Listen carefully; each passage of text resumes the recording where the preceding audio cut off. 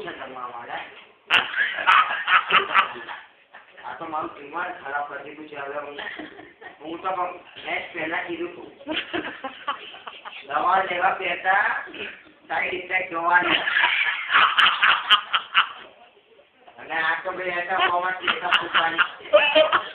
પપ્પા જીરોથી માં નાકા થતી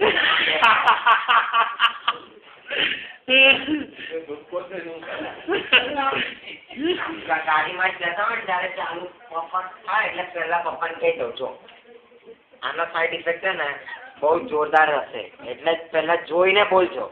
પપ્પા બોલે જો તારે વચ્ચે નહીં બોલવાનું. આ હસબન્ડ વાઈફ વાત કરે છે તમે બરાબર છે તમે હસબન્ડ વાઈફ છો પણ પછી છે ને એનાથી ઘરમાં આમ થઈ જશે અને મમ્મી તો ભાઈ રહેશે જ નહીં.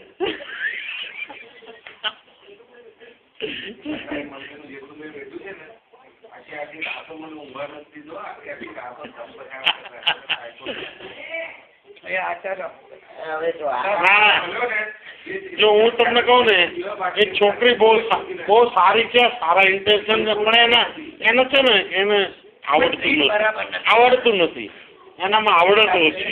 જો તમે બધી સત્સંગ કરો ને તો કાયમો પતી ગયો એ તમને તમે બધા વિશેષ છો કે એનો સ્વભાવ કેવો છે? આખી રાત એક જ વસ્તુ પકડે એટલે છોડે જ નહીં. બધું મેં ચલાવી દીધું છે ઘર બાંધવા માટે. ના શું કારણ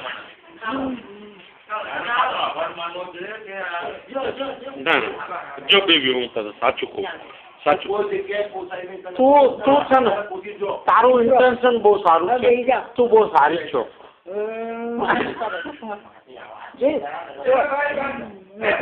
બરાબર